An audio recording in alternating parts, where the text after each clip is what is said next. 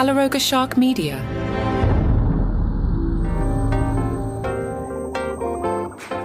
Hey there, I'm Johnny Mac, and this is the normal episode for Wednesday morning. In case you missed it, there was another bonus episode about Colbert dropped midday on Tuesday. In your daily comedy news, from Deadline, Gabriel Iglesias lands the top stand-up special on Netflix for the first half of 2025, and the overall performance of specials is down.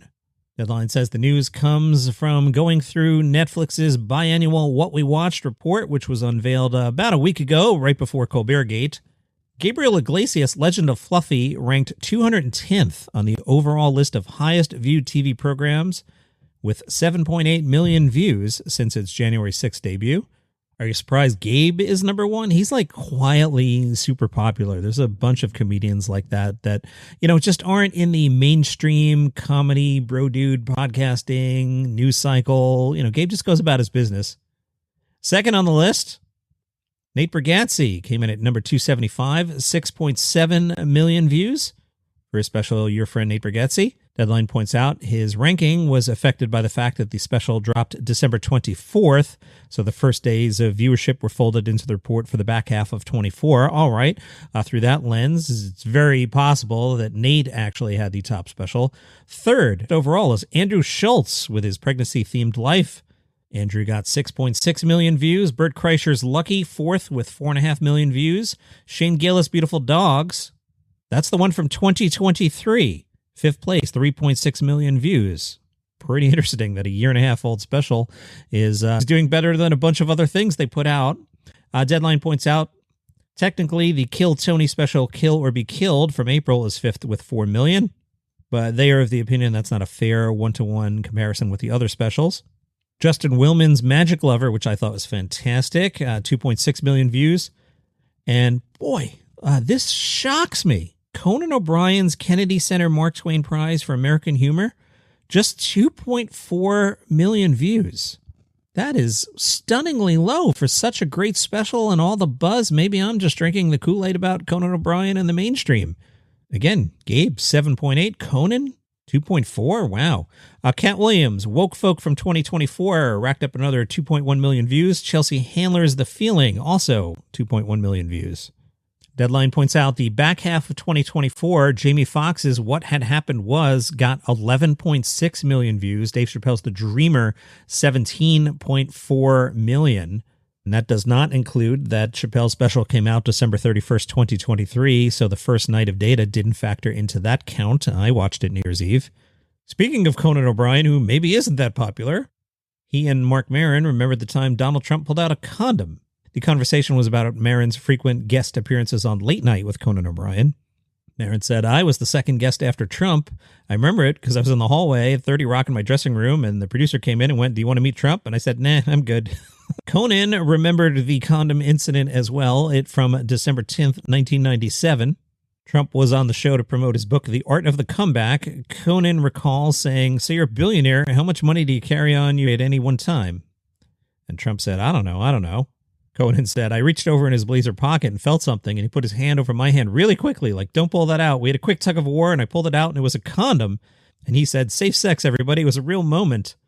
Now, people who went back to watch the clip say Conan's memory of the event is a little different from what actually happened. But as Conan tells the story, then we go to commercial, and he's mad. He's saying, I'm not effing coming on the show again. And he told my producer, you don't reach into a guy's pocket and stuff like that. Then cut to 3 months later, it's, ladies and gentlemen, Donald Trump. Maron then joked, why is Donald Trump carrying his own condoms? Don't prostitutes usually have them? And then tagged that with, I'll probably end up dead in the East River. So, as I predicted on the main show on Tuesday, as soon as I finished recording, Variety was like, oh, he hit publish? Okay, now let's put out the Just for Laughs New Faces list. I probably would have saved it for today anyway, as the New Faces shows are tonight. New Faces started in 1994. Some of the folks who have been New Faces include Kevin Hart, Amy Schumer, Ali Wong, Joe Coy, Kumail Nanjiani, and friend of the show, Gianmarco Ceresi.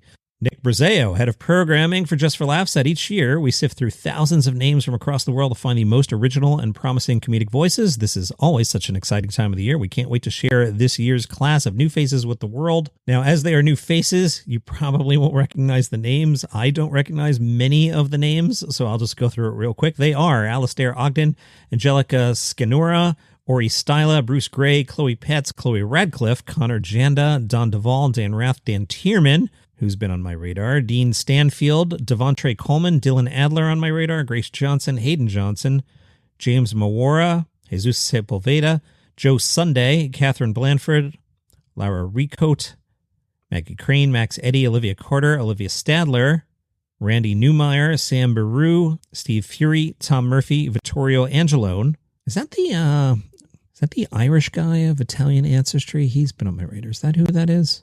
Yes. Irish-Italian comedian. He's been on my radar. Okay, good. I'm excited to see him. And Willie Simon. Those shows are tonight in Montreal. I will be there as I have fled the country to avoid Adam Sandler's Happy Gilmore 2. Of all the things happening in the world, that was the thing. Broke the camel's back. I have moved out of the United States. I am now a resident of Montreal where we have comedy festivals and no Adam Sandler movies. It's wonderful up here. New Faces Characters, which is on Thursday, I believe. Andres Parada, Austin Williams, Ava Bunn, Jess Elgin, Leslie Asula, Mimi Von Schack, Miranda Rosas, Tom Hearn. New Faces Creators highlights emerging digital and social media comedy voices. They include Evan Mulrooney, Kel Kripe, Jazz Emu, Yasmin Sheed. New Faces has now expanded to a fourth category, New Faces Writers. That includes writers from The Grand Affair, Bad Apples, Mason County Library, and The Family Jewels. Variety has also put out their Comedy Impact Report, subheader How Conan O'Brien, Sarah Silverman, and The Daily Show news team set the tone for what is funny in 2025. This came out right before Colbertgate, and separately from that, you'll hear me talk later in the week about BET has reacted to this list. Variety is celebrating the comedy voices that made the past year a little brighter. Here's our roundup of the funniest folks who kept us laughing. Okay. First up, Brooke Averick and Connor Wood. Thanks to countless viral moments, Variety, like the now iconic I Have Purse, Brooke and Connor make a podcast. Brooke says, we used to really be focused on fitting into the mold of other podcasts. Now we have kind of just let go and say anything that comes into our heads. I don't know this one. I know I'm a bad host. But aside from me being stupid, I do prep the show every day, and I do look at the podcast charts regularly, and this hasn't come up. Is this a video podcast? I have my app out here. I'm going to sample this. I'm not entirely crazy as I record this on Tuesday morning on the Apple podcast charts. They are number 130 on the Society and Culture chart.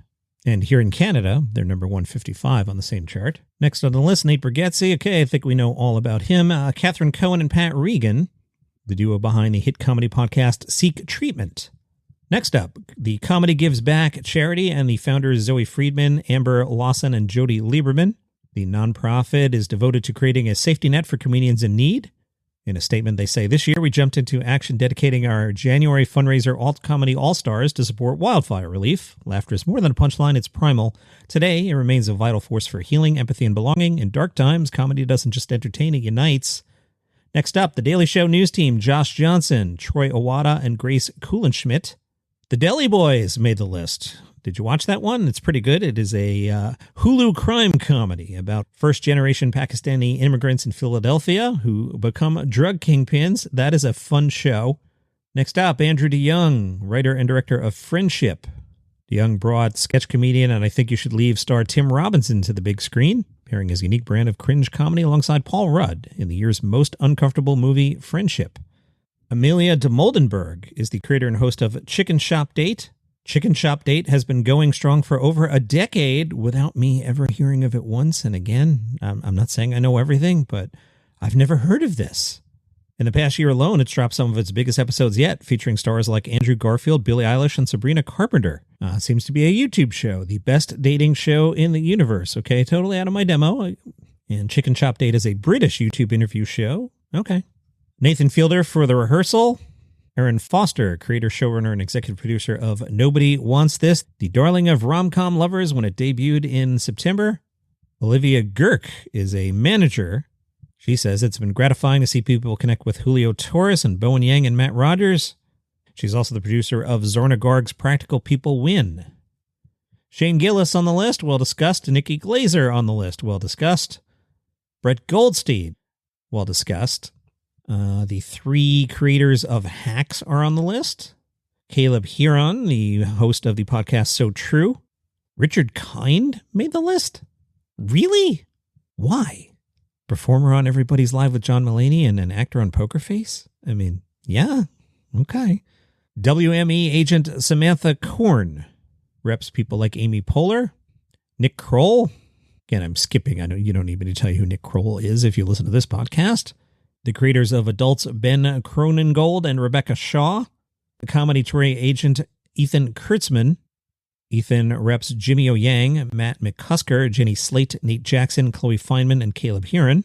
We're told that Jimmy O. Yang's North American theater tour has grossed more than $6 million, while Nate Jackson has so far taken in more than $6.5 million. Oh, also, they buried the lead on his client list, Shane Gillis. Kurtzman said of Shane, he's worked his ass off. He's made a lot of really cool things happen for himself, and in the process, it's kind of been a masterclass on how to develop talent outside the traditional system. Yes, but let's not ignore the fact that Shane being named to Saturday Night Live for 48 hours did up his profile. Let's not put our head in the sand about that. Separately from that, Shane can be wonderfully talented. Shane has his own podcast. Shane has shot his own things, but also many things can be true at once. The SNL thing did get him on everyone's radar. Variety loves their agents. Jacob Luftglass is a UTA comedy touring agent. Heine Einbinder on his list. Also, major international names like India's Zakir Khan, who's going to headline MSG, and Carlos Vallarta. Jacob says the beauty is these comedians already have these audiences all over the world, and audiences many times are extra motivated to buy those tickets because there's either less frequent tours or just a real demand for seeing something that you don't normally see at a live show. Mark Maron on the list, you know who that is. Julianne Nicholson from Hacks has made the list. Conan O'Brien, who's that? No, okay. Tracy Pacosta and Robbie Pra, the Netflix VP of Comedy Original Series and the VP of Stand-Up and Comedy Formats. If you listen to this program, you're familiar with them. Amy Poehler, the cast of The Righteous Gemstones. This list is just fascinating. Seth Rogen and Evan Goldberg, because nobody likes the studio more than people in Hollywood. Now, as a civilian, I don't see people really talking about that show, but the Hollywood trades, the Hollywood industry, everybody loves the studio. I'm not sure the civilians love it as much as the industry loves it. Both guys from Las Culturistas, Matt Bowen and Matt Rogers. The folks from Running Point, which include Ike Barinholtz, Kate Hudson, Mindy Kaling, and David Stassen. Michael Schur, you know his resume. He worked on The Office, Brooklyn Nine-Nine, A Good Place. We like him this year for A Man on the Inside, which stars Ted Danson as an amateur private eye in a retirement community. Not sure that cut through Variety, but okay. Sarah Silverman, they liked her special. Benito Skinner, the creator, writer, and actor of Overcompensating. Alan Tudyk, the actor, producer, and director for Resident Alien. Not sure that cut through, but okay. Bowen Yang on the list again, separately from Las Culturistas. Okay. Oh my goodness, I just checked the clock, but I have so many things to tell you about. This might have to be one of those shows where I have to break more than once. All right, let me get a break in here. I'll be right back. Now, the reason I did that long list today is because BET reacted to that list, so I wanted to get the original list in before we got to BET's reaction to the list, if that makes sense. Other news on a busy Wednesday. Josh Johnson is now in the rotation for hosting The Daily Show. He made his debut last night. Johnson has been a writer on the show since 2017 and joined the team on air as a correspondent last year. Buzz on him is huge. His weekly Tuesday night YouTube sets regularly get millions of views. On Instagram, Johnson wrote, "It's my first time hosting anywhere on TV, ever. I've spent years writing behind the scenes, learning from truly great and talented people. Now for 3 nights, I get to sit at the desk and do it myself. Congratulations, sir, and a big week given the Colbert news." Hey, you know how Paramount is broke and can't afford Stephen Colbert? The LA Times reports the creators of South Park have reached a streaming deal with Paramount worth $1.5 billion. Now, in case you're curious, if you were to continue The Late Show for another 37 and a half years and lost $40 million a year producing it, that would add up over the course of 37 and a half. That would add up to $1.5 billion. But, Paramount's broke and can't afford Colbert. The LA Times says the creators of South Park reached a breakthrough in their tense negotiations over the streaming rights of South Park. Paramount, which has no money to pay Stephen Colbert, agreed to buy the global streaming rights for South Park to bring the show to Paramount Plus for the first time in the U.S. Now, I just looked. Right now, you can get Paramount Plus for $13 a month. So if I make up a unit called viewer months, so say you were to have Paramount Plus for a year, you would rack up 12 viewer months. You following me here? So to get back their $1.5 billion investment on the global streaming rights for South Park, if I divide $1.5 billion by $13 a month, you will need to get 115,384,615 viewer months. Let me divide that by 12 again. So if I'm doing this right, you'll have to get 9,615,384 viewers in 1 year to pay for that 1.5 billion, but it's a 5-year deal, so let's divide that again by 5. So for this deal to make sense, if I'm doing this right, and I'm leaving out things like advertising, prestige of the service, all that, but if I divide 1.5 billion by 13 by 12 by 5, I've reached the number 1,923,076 people. So if you believe South Park will bring in almost 2 million people who will stick around for 5 years, this is a great deal. Or you can have Stephen Colbert for 37.5 years. Your choice, not my money. But the LA Times says the deal values the global streaming rights at $300 million a year, according to 2 of the people close to the agreement who could not discuss the matter publicly because the deal's not final. Now, one of the reasons I have left the country is because of this Adam Sandler movie. I can't be part of this. Sandler's been saying nice things about Kansas City Chiefs tight end and Taylor Swift boyfriend Travis Kelce, who has that podcast and who also makes a cameo in the film. Adam Sandler said, Travis is such a gentle, nice guy. He's like the guys I grew up with. When I'm with Travis, it reminds me of my buddies in high school, just being able to laugh and say the things you want to say. He called Travis Kelce a great actor and a great human. Larry the Cable Guy is the Grand Marshal for Nebraska's Big Rodeo. In a post on Facebook, organizers asked people attending the 104th Nebraska Big Rodeo to welcome Larry the Cable Guy to the community. The rodeo begins today. And I don't want to do the show without acknowledging the passing of Malcolm-Jamal Warner, best known for his role on The Cosby Show.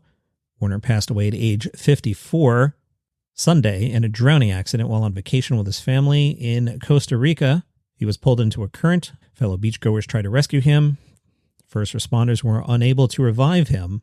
A representative of Bill Cosby, Andrew Wyatt, said the 88-year-old Bill Cosby said the news was just as devastating to Cosby as when Cosby learned of his own son's murder in 1997.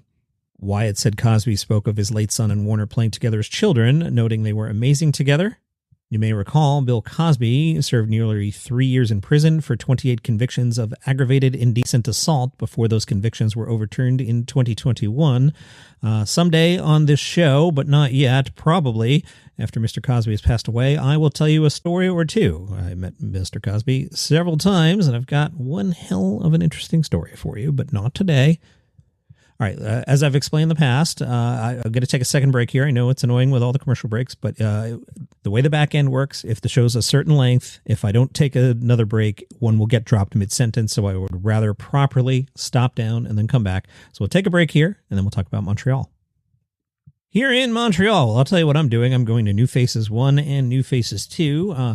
Now, I'm a little frustrated. I saw when they finally put their list out, they're doing New Faces 3 on Thursday. And unless my memory's faulty, it was always 2 shows and 20 comedians, so they've added a third set. And it's a little frustrating to me because I can't be around for the third set. I didn't plan my life that way. So I'll do the 2 tonight. I've got my notebook and a pen. Going to take notes, and I'm planning on Thursday and Friday for the first half of the show to be my reaction to the New Faces. Tonight at the festival, 5 o'clock show, Russell Howard's 5 Brilliant Things. Nick Mohammed is Mr. Swallow Show Pony at 7, Brit-ish at 7, Culture Show at 7, Ivan Decker at 7, Amos Gill at 7, Irene 2 at 7, and New Faces 1 at 7. I mean, so much to do there, but as I said, I'll be at New Faces. Best of the Fest, 7:30. K. Trevor Wilson, I'm a big fan of his. He's at 8:30. Nish Kumar at 9. Puddle's Pity Party at 9. Casey Rocket at 9. Danny Boy, 9:30. Rashid Badouri, The Tale of Syrian Drag at 9:30. Kat Cohen, 9:30. New Faces 2 is where you'll find me at 9:30. Best of the Fest, 9:45. Asif Ali at 10. Midnight Surprise at 11:59. My Straight Friends at 11:59. Stand Up on the Spot at 11:59. Stamptown at 11:59. Very, very busy Wednesday here in Montreal, where we are free of the tyranny of Adam Sandler movies. The Montreal Gazette focused on the tale of the Syrian dragon. That's at Club Soda tonight. The three performers have something in common. Their comedy is somewhat based on the immigrant culture shock experienced by them and their families. Rashid Badouri says, I've been almost everywhere in Quebec, and I've been truly blessed, but on the English side, I'm just starting. I'm the one who's actually humbled to be included with these guys. They just might be the best English comics in the city. They blow me away. They're so talented. I'm so thankful, though, that Just for Laughs is celebrating local talent. You can't have the biggest comedy festival in the world and not have a special showcase for our local comics who so need and deserve the opportunity. Reese Darby is at the festival tomorrow. He doesn't think AI will be able to do comedy and tells the CBC, there's nothing more human, I think, than stripping down our humanity in front of each other's eyes and revealing the pain of the human condition in a humorous way. He doesn't think tech will ever be able to replicate the human body on stage talking. AI will never be able to experience what it feels to be a living human with a heart beating and a soul, most importantly. Everything that we do, especially in the arts, which is my arena, comes from the soul, comes from the heart, comes from the inner self. We can't explain the consciousness. By the way, Reese Darby did a good job on Star Trek Strange New Worlds this week. Did you see it? I was watching Star Trek Strange New Worlds when Colbert Gate broke out. And since then, I haven't had a free moment. His new show is called The Legend Returns. Again, it's at the festival tomorrow night, and Reese says, it's me doing stand-up, and then it turns into essentially a one-man play about me conquering the robots that are taking over the world. It's physical. I do a lot of sound effects. I jump around on stage. I play about 4 or 5 different characters having conversations with each other. It's the kind of stand-up I've always done, but this time it has an important message. You know, it's probably a good thing Stephen Colbert was canceled. Otherwise, we might be talking about this Kevin James movie that came out. Did you see this? Guns Up? It stars Kevin James. Other people in it include Luis Guzman, Joey Diaz, who some people find to be the worst person on the planet. Some people have called Joey Diaz the most horrible human being I've ever met. Melissa Leo is also in the movie. She's fantastic from Homicide: Life on the Street. One review for Guns Up is that it's a pleasant, innocuous, B-grade action flick. Kevin James, action flick. B-grade action flick, indubitably borrowing from countless other films about families who slay together, stay together. Variety said for a film with a name like Guns Up, there's surprisingly little by way of armed shootouts until the final act. For a tale of a family man moonlighting as a mob enforcer, the story and action lacked the urgency suggested by its one last job premise. The folks at RogerEbert.com said, while there are several problems with the film as a whole, I'll add in, first of all, the premise. I'll also add that it stars Kevin James. Perhaps the essential one is that there are long stretches where viewers are expected to take the concept at least somewhat seriously, which proves impossible. You Americans down there have to get your comedy act together. I mean, Kevin James action film, Adam Sandler comedy sequels. What are you doing? Support Canadian comedy. And a serious news story, a German comedian will appear in court. He was charged with making a joke about the assassination attempt of a very, very, very famous politician who tends to make the news a lot. I don't want to get a visit from anyone with sunglasses and suits, so I'm not going to say who the politician is, but your first guess will be correct. Sebastian Hotz could face up to 3 years in prison for comparing the attempted shooting of that famous politician to trying to catch the last bus. Quoting the comedian here, okay? Guys with the sunglasses and the suits, I'm doing a news show, and I'm telling you what somebody said. The line, which the comedian appearing in court, was, "You sadly just missed it," referring to the bus. It's then tagged it with, "I find it fantastic when fascists die. Absolutely no one forces you to feel sorry for fascists. You can just not do it without the slightest consequence." Hotz was fired from his job with a public broadcaster and charged with condoning and rewarding criminal offenses. Gerd Berman is a right-leaning comedian and said, "It is not okay that a satirist is brought to court just because he said something. Everything he said is disgusting, but he must be allowed to say it." And that is a very, very busy Wednesday for comedy news. If you would like the program without commercial interruption, if you're on Apple Podcasts, click the banner that says uninterrupted listening. And if you're not, I'm tired. The raw clock here. It'll get shorter when I cut this down. The raw clock here. I've been talking for 40 straight minutes on this episode. Yikes. That's why my voice is gone. I've got an iced coffee here. If you want to go to buymeacoffee.com/dailycomedynews. What was I saying? If you're not on Apple Podcasts, you can go to calaruga.com/plus. And there's a link in the show notes to get the show without ads. All right. See you tomorrow.